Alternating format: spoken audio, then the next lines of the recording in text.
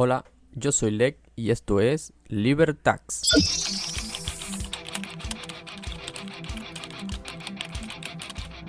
La reciente escalada en el conflicto de Palestina no ha dejado indiferente a nadie y ha reavivado un viejo debate: ¿quién es el bueno? O, mejor dicho, ¿quién es el menos malo? Hoy responderemos a esa pregunta, o más precisamente responderá mi amigo Oscar Grau, gran divulgador libertario, quien es ex editor del Centro Mises, editor de la sección en español del sitio oficial de Hans Hermann Hoppe y administrador de la cuenta en Twitter Menos Estado. Haciendo un repaso histórico de la región y el conflicto, nos traerá bajo una perspectiva de la justicia libertaria la respuesta a este candente debate. Es un placer tenerte aquí hoy y muchas gracias por tomarte el tiempo de preparar este podcast y el gran artículo que escribiste o sigues escribiendo para traernos toda la información necesaria para comprender los orígenes del conflicto. Hola Lek, muchísimas gracias por la invitación y por darme la oportunidad de tratar este tema y así colaborar con la divulgación libertaria que haces. El tema que nos concierne en este video es el conflicto palestino-israelí. Para la ocasión he estado escribiendo un artículo que titulé El conflicto palestino-israelí, la perspectiva de la justicia. Si bien lo sigo escribiendo, lo sigo mejorando, lo sigo extendiendo, hemos decidido realizar este esfuerzo en conjunto y presentar algo bastante resumido, que sirve como una introducción teórica e histórica. Así que espero que la gente pueda interesarse, seguir investigando sobre esto. Eventualmente publicaré lo que vengo escribiendo y la gente podrá estudiar mejor todo lo que tiene que ver con esto. Pero antes de empezar quiero hacer una última aclaración. No solamente he resumido lo que vengo haciendo para poder ofrecer esta presentación, sino que he dejado afuera algunas cosas. En este sentido, no se hablará del conflicto actual, más precisamente, no se hablará de lo que tenga que ver con Hamas e Israel y los eventos del 7 de octubre en adelante. Eso y algo más quedará eventualmente a disposición con la publicación del trabajo. Espero que les guste esta presentación de todos modos. Ahí vamos. La teoría de la justicia. Nos relacionamos pacíficamente todos los días con distintas personas. Vivimos nuestras vidas, dormimos en nuestras casas, trabajamos e intercambiamos bienes por dinero, realizamos contratos y producimos. En los albores de la humanidad nos acostumbramos a llegar y ocupar, ya sea para vivir o trabajar, lugares donde nadie nunca se había sentado antes, por lo que nadie más que nosotros podía ser dueño de esa tierra. Mezclaríamos nuestras manos y herramientas propias con la naturaleza. Regaríamos arbustos y armaríamos chozas. Estas y otras prácticas han sido tan humanas como pacíficas la mayor parte de la historia. Comunidades y sociedades surgían, jerarquías y órdenes sociales consigo. Cada vez que un bien ha sido apropiado originalmente o producido con otro ya adquirido, una nueva propiedad o una nueva forma de propiedad es asignada a un actor propietario que intervino con la intención demostrada de cambiar una parte de lo que le rodea. Declaramos sin temor a equivocarnos que somos dueños de nuestros cuerpos, pues nadie más que nosotros puede excluir directamente el uso que hacemos de ellos. Solo indirectamente, con o sin nuestro consentimiento, puede alguien tomarnos de un brazo y levantarlo, y solamente usando primero y directamente su cuerpo. Y cada intercambio libre de bienes implica una transferencia legítima de los mismos desde un dueño anterior a un nuevo posterior. A primera vista, suponemos que los bienes en posesión de una persona son propiedad de la misma. La casa donde vive, el auto que conduce y otros bienes que disfruta. Entonces, salvo se demuestre o sepamos lo contrario, el estatus de las posesiones actuales es justo y debe mantenerse. Pues si una persona llegara mañana a tu casa y la reclamara como suya, pedirías al menos pruebas de ello, irías a juicio y hasta podrías matar por defender lo que te pertenece. Y todo aquel que siente que una injusticia contra su persona o sus bienes ha sido cometida, ha de buscar de alguna manera un reconocimiento o restitución como compensación, por más mínima que sea la que logre. La capacidad justa que tenemos de incluir o excluir al resto de las personas del disfrute de nuestros bienes y cuerpos es lo que llamamos derechos de propiedad. Este derecho implica que es justo y legítimo que usemos la fuerza o su amenaza para defender lo nuestro. Implica que podemos esperar que el resto los respete. Todo esto lo entendemos implícitamente en nuestro actuar cotidiano. Son las reglas básicas para la convivencia social y pacífica, es decir, son las reglas para la paz. Y siempre que se incumplen, hay indignación, conflicto o reclamo, pues una infracción a las mismas ha sucedido. Hay un bien o hay un cuerpo, hay un derecho de propiedad, hay reconocimiento mutuo de un mundo material, físico y concreto, y hay personas concretas en todo conflicto. Las reglas para la paz nos ofrecen la teoría de la justicia, una que nos dice dónde y cómo una injusticia se ha cometido, en base a las acciones e intenciones de las personas. Y un hombre justo es aquel que reconoce y respeta estas reglas, y es capaz de defenderlas. Para mantener la paz, los hombres solo necesitan respetar estas reglas. Sin embargo, no todos lo hacen. Entonces, se hace necesario castigar y disuadir su incumplimiento. Los hombres pueden asociarse para esto y hacer uso de todas sus características como hombres sociales. Con el respeto de los derechos de propiedad, innumerables cuestiones pueden influir en las estructuras para el mantenimiento de la paz. Familias, talentos, jerarquías y más. La autoridad, la sabiduría y más. Donde sea que haya hombres, son diferentes en todo tipo de asuntos. Pero si en un determinado territorio, un grupo de ellos adquiere propiedad incumpliendo estas reglas, institucionaliza estas prácticas, se organiza con la idea de que lo hace para proteger a otros e impone a estos un costo por un supuesto servicio de protección y orden, este grupo incurre en la injusticia y recibe el nombre de lo que conocemos como Estado. Este Estado convence a la mayoría del público de que tiene derecho a comportarse así y que debe arrogarse la impartición de la justicia y el ordenamiento jurídico de la sociedad. Afirma velar por las reglas para la paz. Sobre este monopolio de la ley y el orden y esta aceptación del público, el Estado es capaz de realizar casi cualquier aventura criminal o social imaginable, apropiarse de la educación formal, construir redes inmensas de caminos, librar guerras y más. Todo con la necesaria financiación de un sector verdaderamente productor de riqueza y orden, el sector privado, sobre el cual se impone un organizado sistema de expropiación, sistema que debe asumir la necesidad ineludible de permitir alguna economía en absoluto, de la cual extraerá permanentemente los recursos imprescindibles para su subsistencia. Una tarea mitificada y fundacional de su legitimidad popular es la seguridad colectiva, que da paso a conflictos violentos contra otros estados o grupos no estatales. Eventualmente, el Estado consigue financiación y envía tropas al campo de batalla, o, en el caso todavía más destructivo y criminal, incluso a pueblos enteros de no combatientes, con el fin de vencer al Estado o grupo rival. En el caso de las guerras estatales, estas son guerras entre bandas criminales. Si bien pueden implicar cuestiones como las territoriales, todas ellas tienen en común que se financian con violaciones de los derechos de propiedad, necesariamente de los bienes y regularmente de los cuerpos. Hablemos entonces de los impuestos, la impresión del dinero y el reclutamiento forzoso. Así sea ofensiva o defensiva, el costo la pagan todos menos los consumidores de impuestos. Y los beneficios que se privatizan son extremadamente particulares y a costa de los derechos y la riqueza de la mayoría. Todo esto hace que las guerras estatales sean más probables y prolongadas. La teoría de la guerra justa.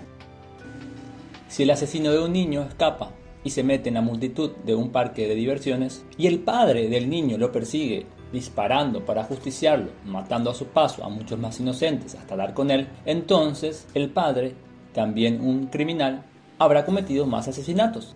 ¿Está bien que un Estado actúe similarmente? Creo que la mayoría de la gente no apoyaría lo del padre, ni es actuar para la policía de su ciudad. Estos inocentes también son hijos de otros padres, y cualquiera puede entender la gravedad de que algo así le pasase a un ser querido. Sin embargo, tristemente, hay gente que defiende algo similar para los estados. Por otra parte, si uno sabe de antemano que sus acciones causarán la muerte de inocentes, que bien pueden ser miles, a estas acciones también se une la alevosía de una mente culpable, la intencionalidad más cruel. En pocas palabras, la teoría de la guerra justa es simplemente la aplicación de la teoría de la justicia al asunto de la guerra. Esto quiere decir que ninguna guerra hace que las injusticias dejen de ser injusticias, pues el mismo castigo o condena moral debe recibir un mismo acto criminal, sea cometido o no en una guerra.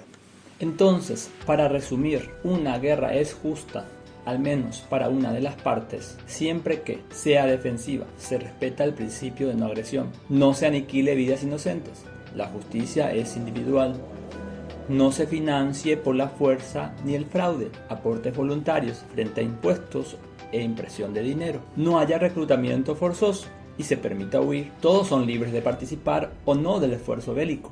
y de la manera que les parezca según su propia conveniencia y deseos de protección y resguardo de sus derechos. Aunque no haya justicia perfecta en el desenvolvimiento de casi ninguna guerra registrada hasta hoy, los criterios citados para una guerra justa son útiles con el conocimiento de la historia para sopesar las culpas en las guerras, para identificar el lado malo o más injusto y agresor y más financiado por la fuerza y el fraude, para señalar el mayor de los males y finalmente incluso para dirigir la opinión y favorecer o apoyar, así sea posible, hasta económicamente o en el campo de batalla, el triunfo final de uno de los bandos. Una breve introducción histórica de Palestina. ¿Ha estado Medio Oriente siempre en una secuencia interminable de conflictos políticos religiosos sin periodos largos de paz? No. ¿Es posible rastrear el inicio de los puntos determinantes de verdaderos ejemplos en el que algo así ha sucedido? Sí. En esta introducción centraremos nuestra atención en la región conocida, geográfica, mundial y legalmente como Palestina hasta 1948. Para evitar confusiones, mantendremos este nombre para la región hasta al menos 2000 años atrás. Empecemos.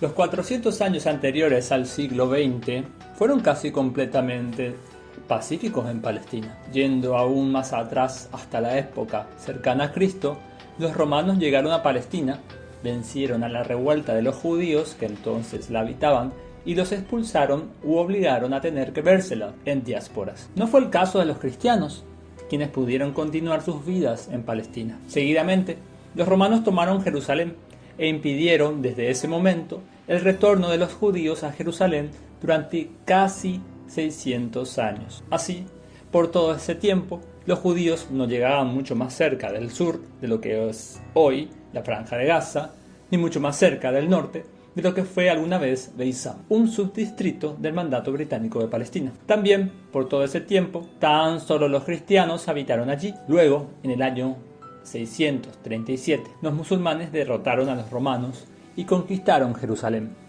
Una de las primeras decisiones tomadas por los musulmanes, es decir, por la autoridad de un cercano al profeta Mahoma, el califa ortodoxo, conocido históricamente como Omar I, fue permitir el regreso de los judíos a Jerusalén. Al mismo tiempo, permitieron a los cristianos permanecer en sus tierras y hogares. Así, desde 637 hasta el siglo XX, no fueron los pueblos los que cambiaron dramáticamente, sino los gobernantes de la región. Desde entonces, cristianos, musulmanes y judíos habitaron Palestina, principalmente los cristianos, a quienes se sumaron después los judíos, que retornaban como grupo, y los musulmanes que emigraban hasta allí. Pero la población entonces original, con su linaje general, mantuvo a lo largo del tiempo, más allá de las mezclas con otras gentes, su predominancia hasta el siglo XX.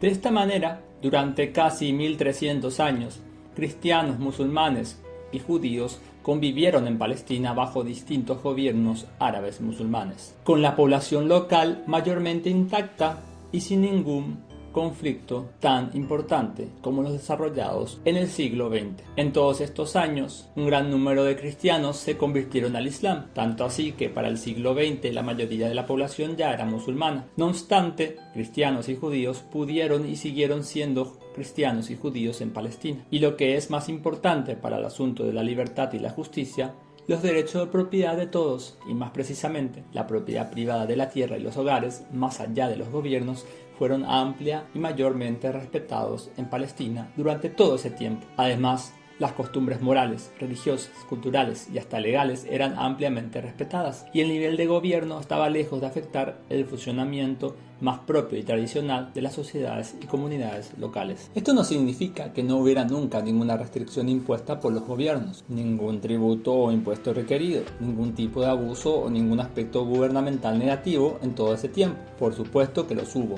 De hecho, durante el reinado del Imperio Otomano, que gobernó Palestina por 400 años, se obstaculizó la difusión del conocimiento y se retrasó sustancialmente la adopción de la imprenta. No explicaré aquí lo importante que puede llegar a ser el conocimiento para la prosperidad de los pueblos. Además, los últimos años del reinado otomano estuvieron marcados por el rechazo palestino. Por ejemplo, algo que explica el odio común que el campesinado palestino llegó a tener hacia los otomanos es que estos, representados por fiscales extranjeros apoyados por tropas del imperio, llegaron a gravar severamente a los campesinos y hacían las veces de prestamistas a tipos de interés del 60%.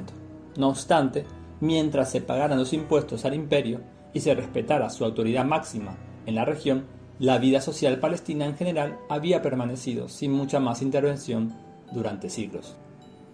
El sionismo, la Primera Guerra Mundial y la creación de Israel.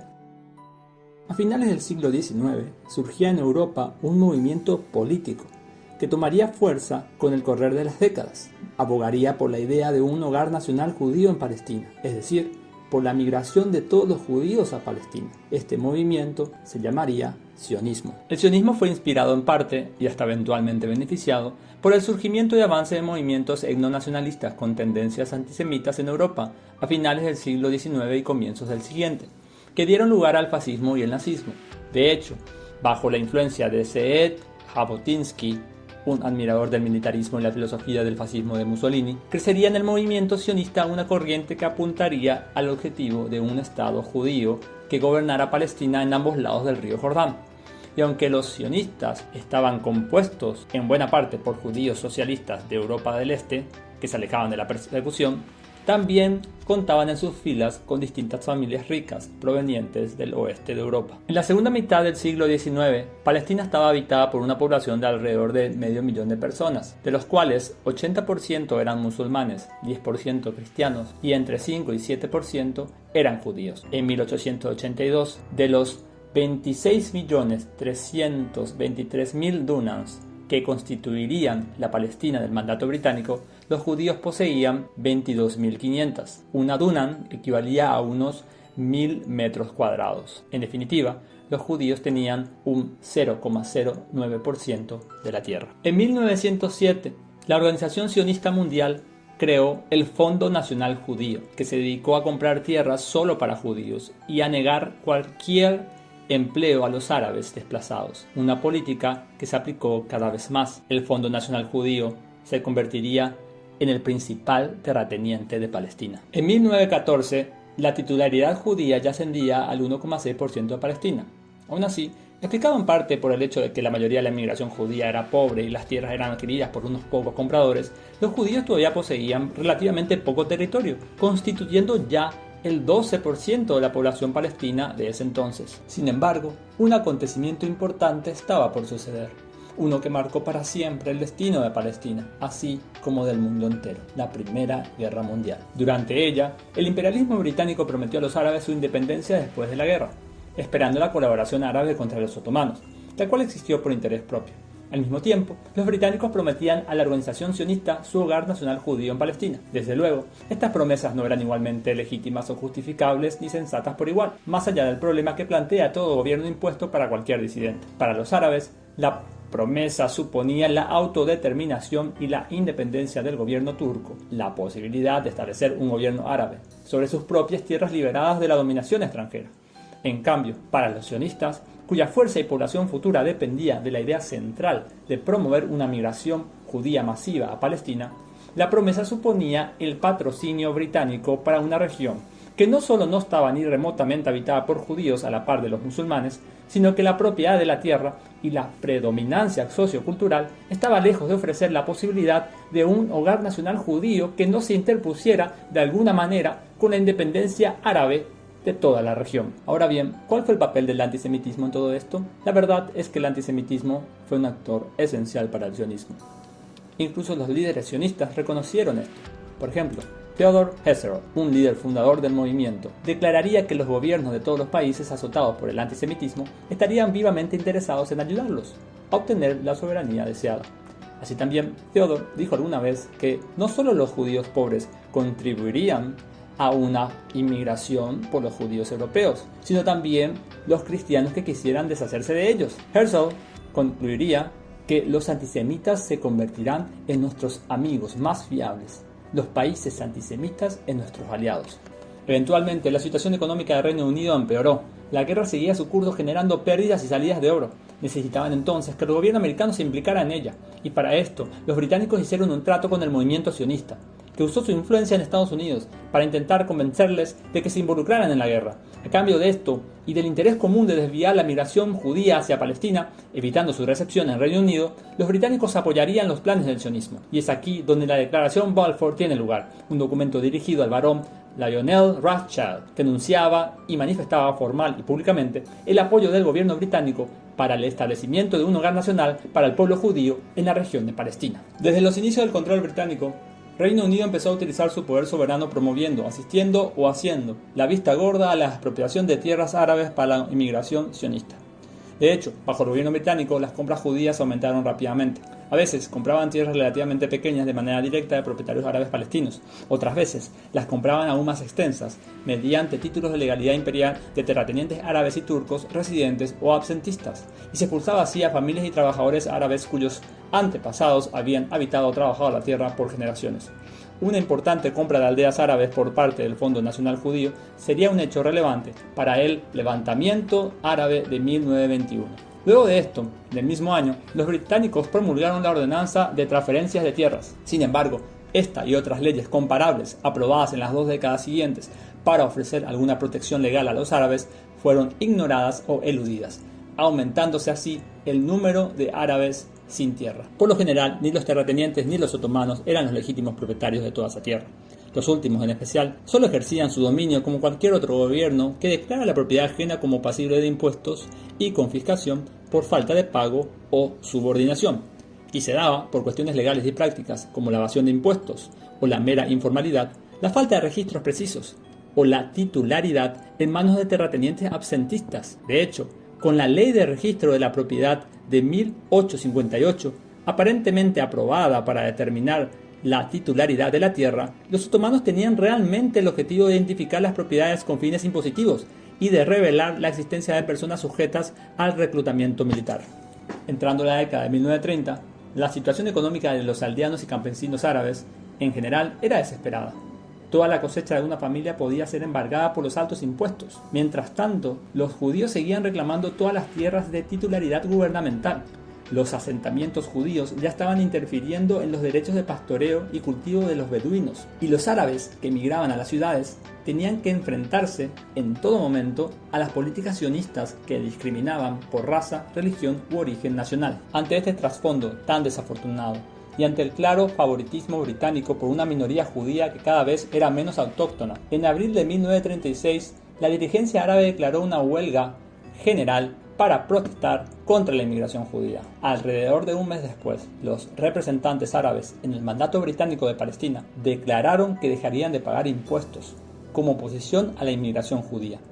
Así, se daba inicio a una insurrección armada, que empezó siendo esporádica, pero que se volvió más organizada, prolongándose hasta el año 1939. El resultado de esta revuelta fue la muerte de más de 5.000 árabes, 400 judíos y 200 británicos, y el desarme general del pueblo árabe palestino por parte de los británicos. Mientras los árabes palestinos se quedaban sin armas, sus ataques contra los judíos durante la revuelta dieron lugar a la formación y desarrollo de milicias paramilitares sionistas, que resultarían decisivas en la guerra de 1948. En 1940, Joseph Weitz, quien era el jefe del Departamento de Colonización de la Agencia Judía y encargado de las adquisiciones de tierras, decía: no hay sitio para los dos pueblos juntos en este país. No hay otro camino que trasladar a los árabes de aquí a los países vecinos, trasladarlos a todos. No debe quedar ni un solo pueblo ni una sola tribu.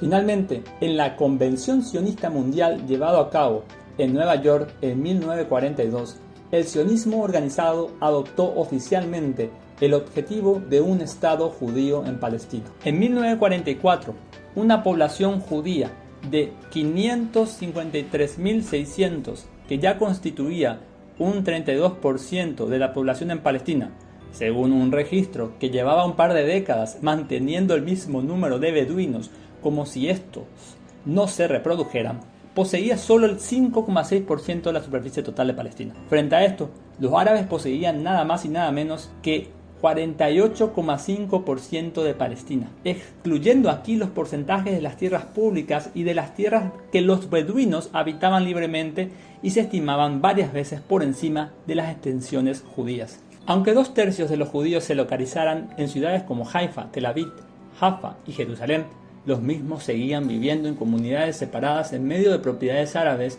a lo largo de Palestina, donde el 70% de los musulmanes vivía en pueblos y aldeas pese a la tendencia vigente a la urbanización. Pero entonces, qué hacer con la población no judía que aún vivía en las tierras aledañas a las de los judíos, y cómo hacer para construir un hogar nacional judío que permitiera un Estado independiente y con sus propias fronteras. Las respuestas a estas preguntas ya se habían estado respondiendo ampliamente por mucho tiempo.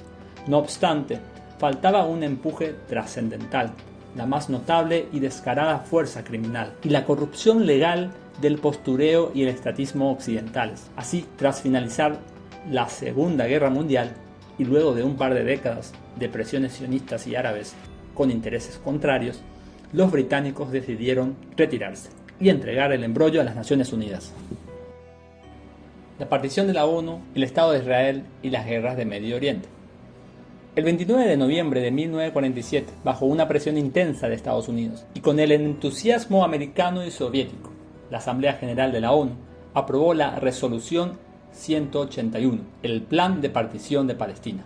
En él se recomendaba la creación de un Estado judío y otro árabe, y se otorgaba a los judíos más de la mitad de la superficie de Palestina, cuando en realidad tenían solo el 10% del Estado propuesto. En este Estado, por supuesto, todavía quedaban árabes, y el plan incluía en el mismo a 498.000 judíos y 497.000 árabes. No obstante, el liderazgo sionista no estaba conforme. Mientras explotaba bombas en centros de población árabes, la organización paramilitar sionista Irgun de Menachem Begin y Moshe Dayan también deseaba que el nuevo Estado estuviera libre de árabes y constara de toda Palestina o más. Una guerra civil había estallado. Las fuerzas paramilitares del sionismo combatieron y aplastaron una serie de enfrentamientos a las fuerzas armadas árabes palestinas. En un hecho fatídico del 9 de abril de 1948, los asesinos de Irgun llegaron a la aldea árabe de Deir Yassin y masacraron a un centenar de mujeres y niños. En el mismo año,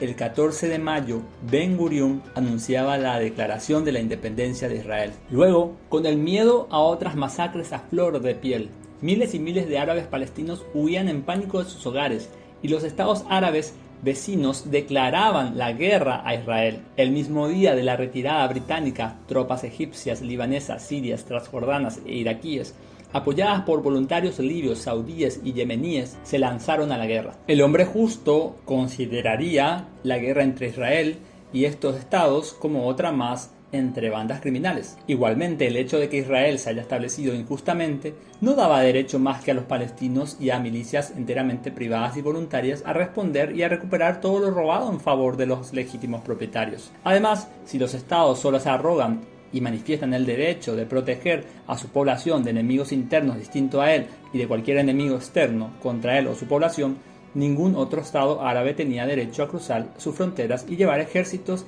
y disparar en tierras palestinas. Y aunque muchos historiadores describen esta guerra como una invasión de los estados árabes contra Israel, lo cierto es que todos los combates se dieron en territorio árabe, revelando la supuesta invasión como falsa. De todas maneras, sería erróneo juzgar las acciones de las fuerzas israelíes y las árabes en general como moralmente equivalentes, pues mientras las fuerzas israelíes habían estado expulsando y masacrando árabes palestinos inocentes ampliamente desarmados, al menos las fuerzas árabes parcialmente voluntarias habían ido a defender a las víctimas de estos crímenes y a intentar asegurar en favor de los árabes palestinos que Israel no siguiera acrecentando su dominio y opresión más allá de los límites marcados por la partición. Aún así, en una clara muestra de su ideología de conquista y expansión, Israel aprovechó la guerra y su triunfo para apoderarse de otras grandes porciones de tierras asignadas a los árabes palestinos en la misma partición, un acuerdo que no solo benefició a los sionistas de la manera más espuria e injustificada, sino que ni siquiera fue respetado por ellos mismos en pos de no seguir avivando el conflicto. Con los años, el número de expulsados ya rondaba al menos el 1.000.000 de víctimas, y quienes quedaban en Israel lo hacían subyugados a un duro gobierno militar que los trataría como ciudadanos de segunda clase, sin acceso a la posesión de tierras, que solo estaba permitida a los judíos y que iban siendo, de hecho, ocupadas por los mismos. Mientras tanto, Israel decía que no había expulsado a tantas personas, sino que éstas se habían ido a causa del terror inducido por los líderes árabes palestinos, Sin embargo, si no fueron expulsadas por la fuerza o su amenaza, y si las propiedades no le fueron quitadas, ¿por qué Israel se negó a permitir que regresaran a sus propiedades? Desde entonces, ya sean las tierras asignadas a los árabes palestinos en 1947 o en las tierras que aún les quedan hasta hoy, no ha habido nunca ningún gobierno o poder supremo como el de la ocupación israelí. La resistencia palestina, los falsos fundamentos israelíes y la continuación de las guerras. Eventualmente, cansados de Israel, muchos árabes palestinos fueron abandonando su indignación pasiva y, desde sus vidas oprimidas y refugiadas, empezaron a formar movimientos guerrilleros. En este sentido, en mayo de 1964, nacía la Organización para la Liberación Palestina, una coalición de movimientos políticos y paramilitares creada por el Consejo Nacional Palestino bajo los auspicios de la Liga Árabe. La OLP no reconocía el supuesto derecho de Israel a existir. En cambio, la OLP abogaba por una democracia laica en Palestina, donde musulmanes, judíos y cristianos tuviesen los mismos derechos, algo que había ya sucedido en la antigüedad. Por su parte, Estados Unidos hacía lo suyo, no reconociendo a la OLP como portavoz del pueblo palestino. En un brillante artículo de 1981, imbuido en el espíritu del hombre justo, Stephen Halbrook expresa que si el Estado de Israel tiene derecho a existir, y añado, si algún Estado pudiera tener alguno, solo puede ser porque sus ciudadanos adquirieron la tierra de manera justa. Sin embargo, en la lucha ideológica se utilizan argumentos falaces.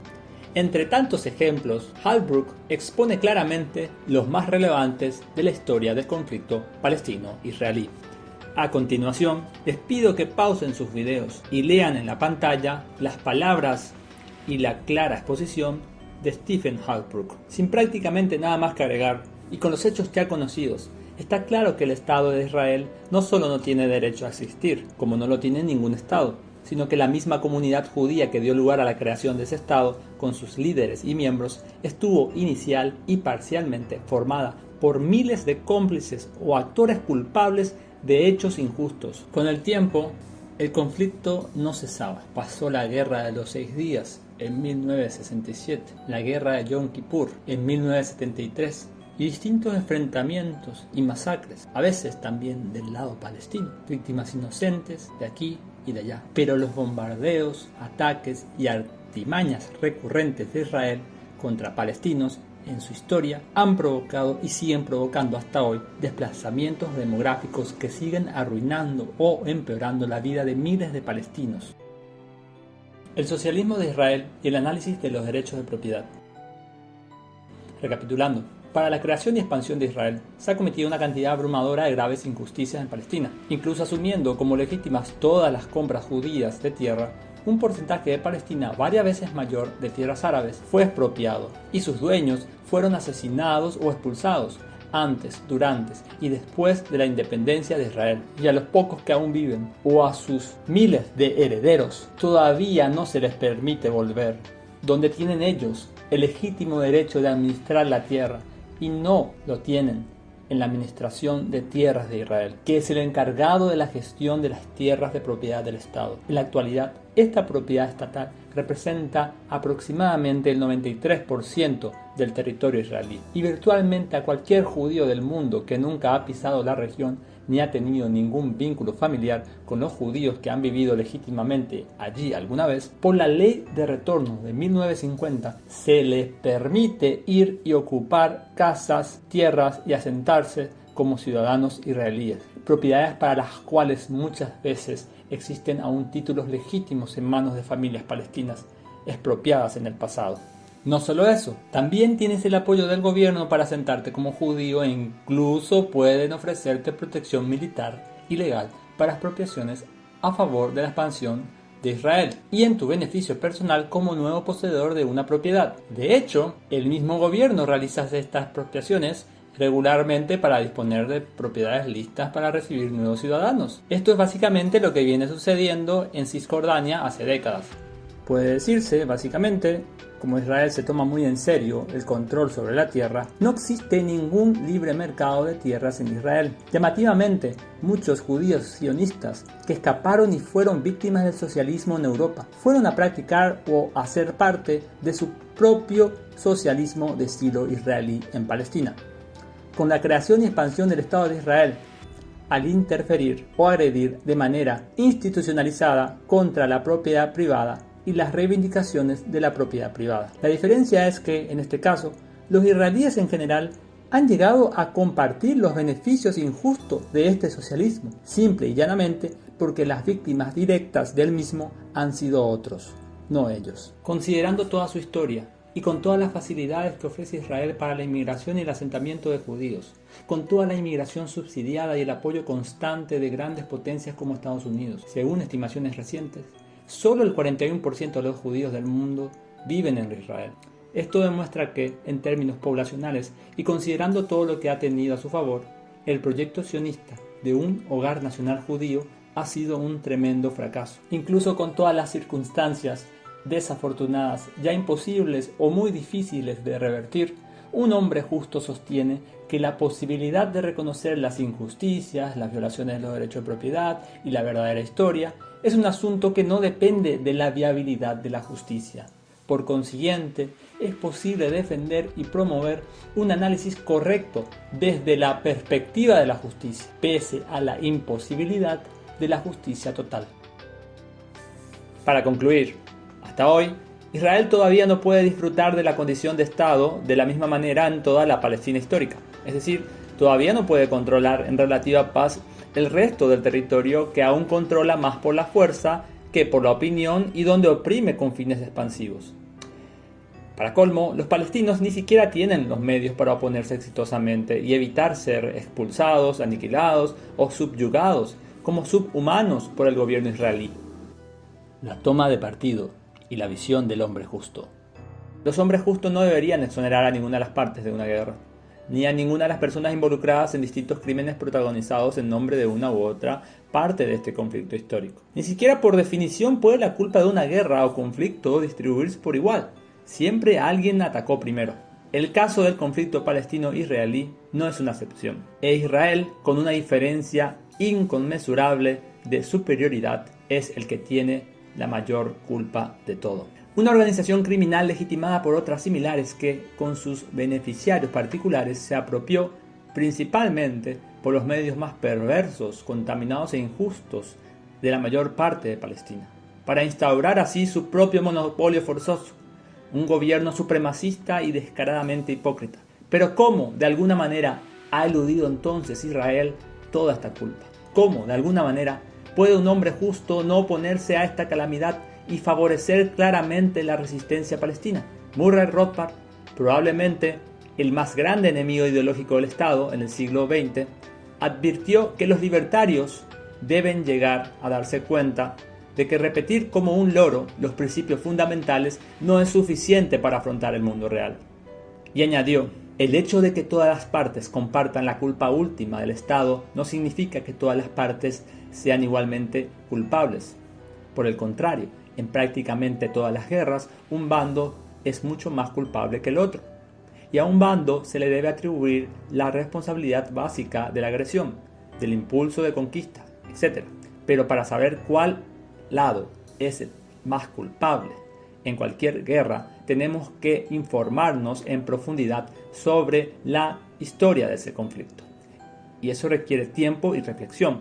Y también requiere la máxima voluntad de volverse relevantes, tomando partido, atribuyendo un mayor grado de culpa a un lado o el otro. Esto es precisamente lo que yo he hecho, siguiendo el ejemplo de Rothbard, y lo que espero que todo libertario u hombre justo, que para mí son la misma cosa, haga en este asunto. Que sea relevante, que tome partido, pero que lo haga correctamente en pos de la verdad, la libertad y la justicia. Aquí la situación es todavía más clara y sencilla, pues el conflicto palestino-israelí no ha sido esencialmente uno entre estados, más allá de la involucración de estados árabes vecinos a lo largo de las décadas.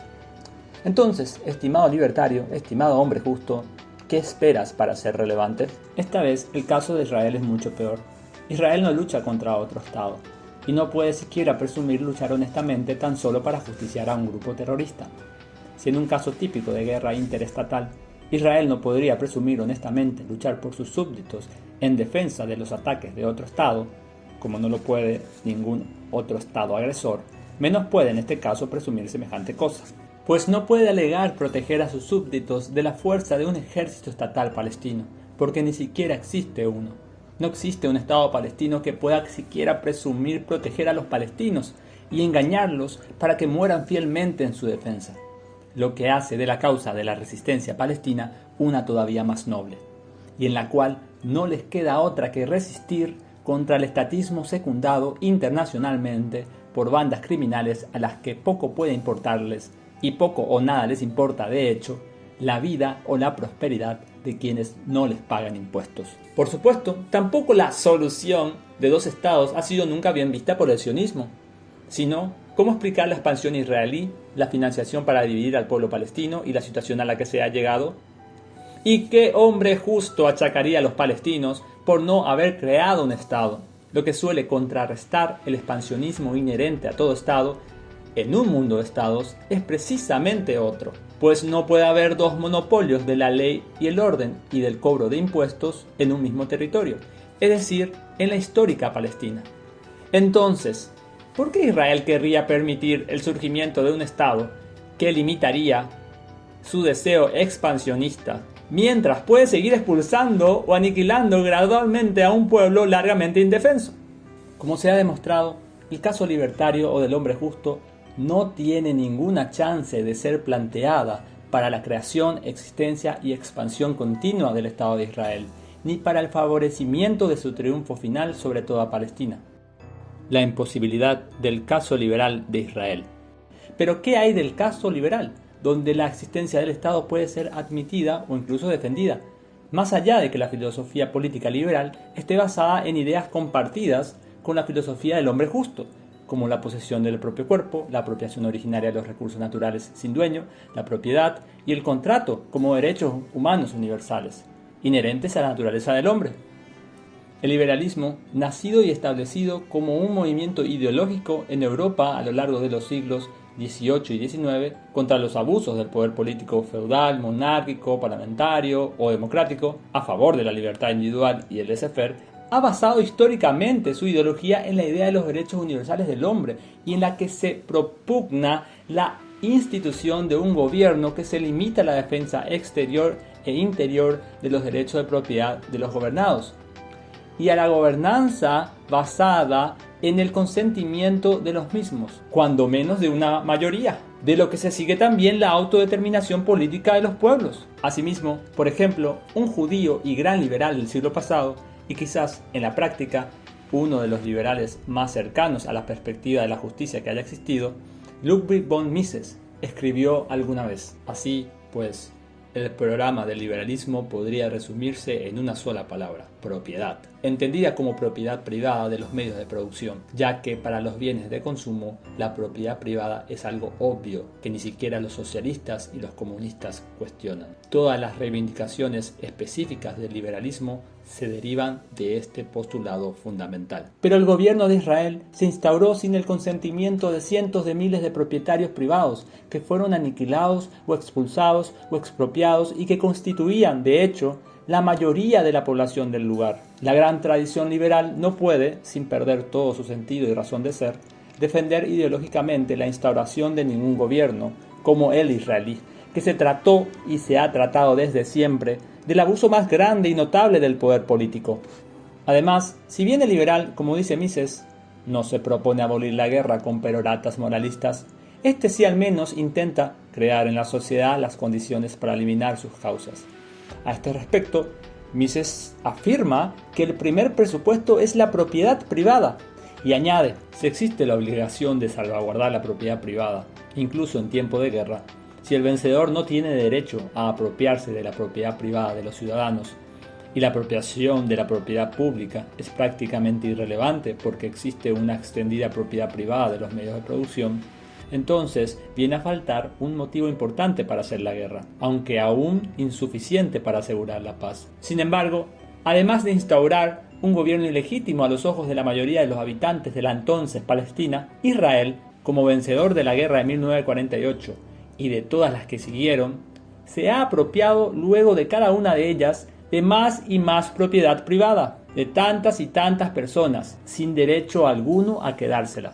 Claramente, el caso liberal a favor de Israel también es un caso perdido.